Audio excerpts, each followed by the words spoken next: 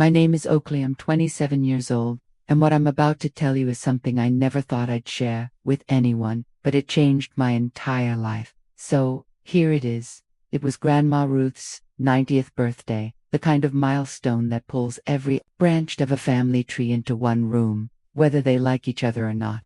My mom had rented out a private dining hall, chandeliers, white tablecloths. The whole performance. About 40 people showed up, aunts, uncles, cousins I hadn't seen since middle school. Everyone dressed up, everyone smiling for photos.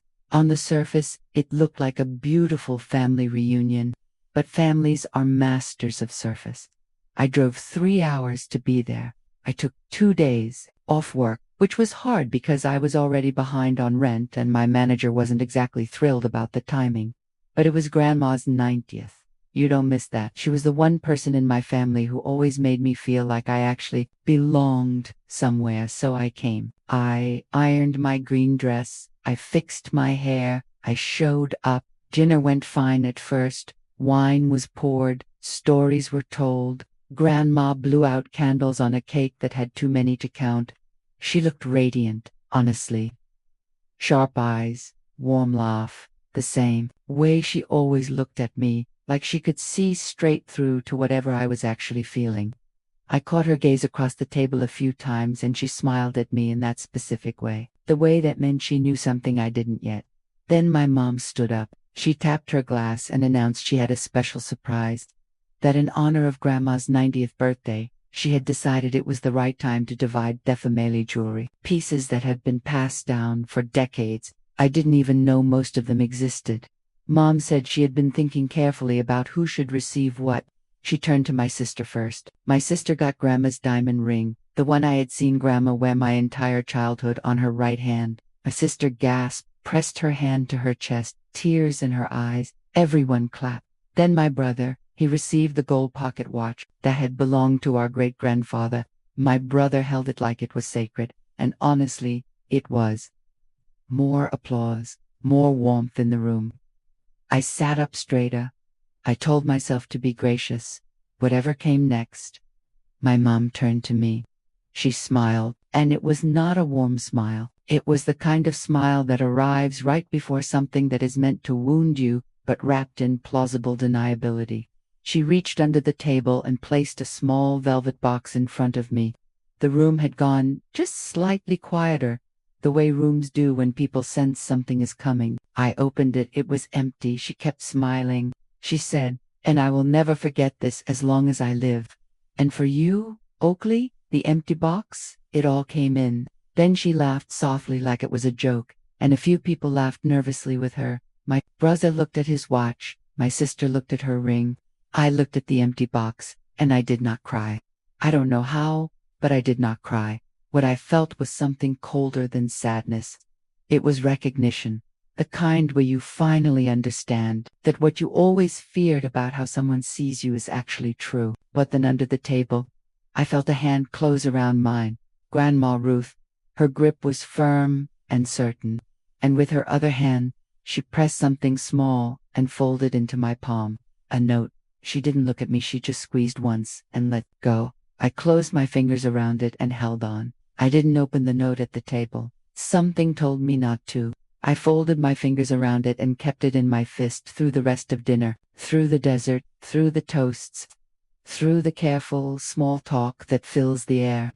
After something quietly devastating has happened in a room full of people pretending it didn't, my mom moved on like nothing had occurred.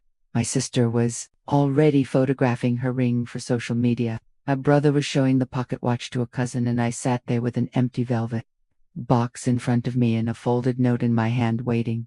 I excused myself to the restroom. I locked the door. I unfolded the paper. Grandma Ruth's handwriting, still precise, still hers, even at 97 words. "The house on Elm is yours. Always was." I read it 3 times. Then I sat down on the edge of that restroom counter and I let the whole weight of it land on me.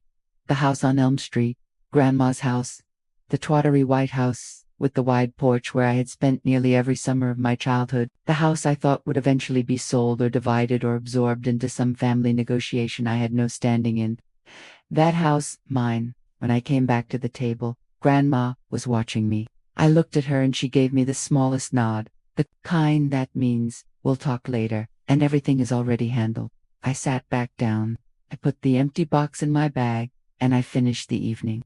3 weeks later, I sat in a lawyer's office with Grandma Ruth beside me. She had updated her will 2 years prior, quietly, privately, without telling anyone. The house on Elm Street, along with the savings account I had no idea existed, had been designated entirely to me. The lawyer explained that Grandma had made this decision based on a letter I had written her when I was 19.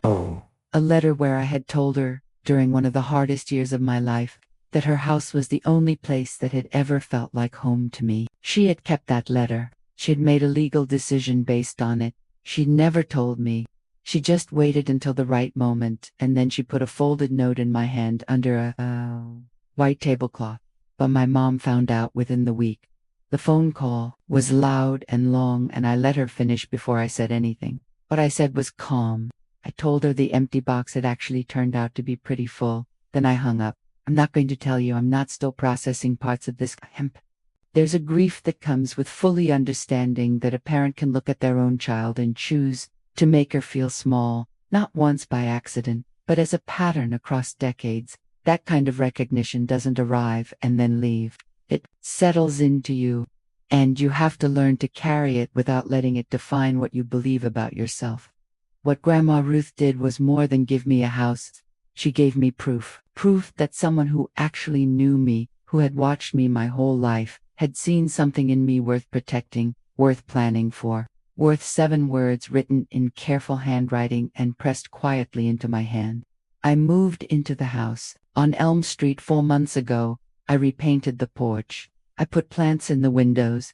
Some evenings I sit outside and I think about that birthday dinner, the empty box, the smile, the room full of people who looked away, and I think about the grip of an old woman's hand under a white tablecloth, steady and sure. She knew exactly what she was doing. She always did. If this story moved you or made you feel seen in any way, please subscribe. There are more real stories coming, and every single one is worth staying for. Hit that subscribe button and come back for the next one.